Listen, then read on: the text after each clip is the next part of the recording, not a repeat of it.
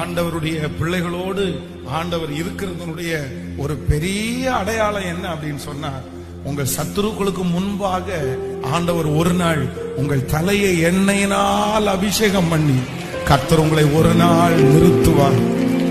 ஆமென். அங்க நிறைய பேரை கர்த்தர் உயர்த்தி நிறுத்துகிற மாதமாய் நீங்க சொல்ல போறீங்க, என் தேவனால் நான் உயர்ந்தேன், என் தேவனால் நான் வளர்ந்தேன்.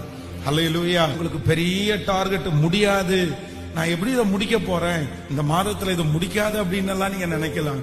ஆனா நான் நம்புறேன், உங்களுடைய இருதயம் கலங்கவே வேண்டாம்.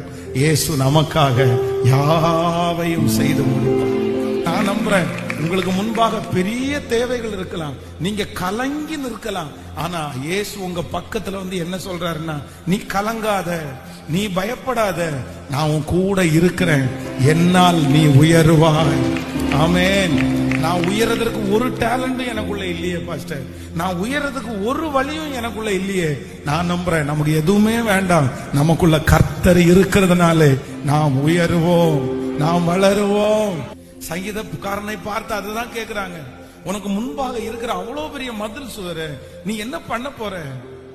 அவர் சொல்ற ஒரு வார்த்தை என்ன தெரியுமா, என் தேவனால் அந்த மதிலை நான் தாண்டுவேன்.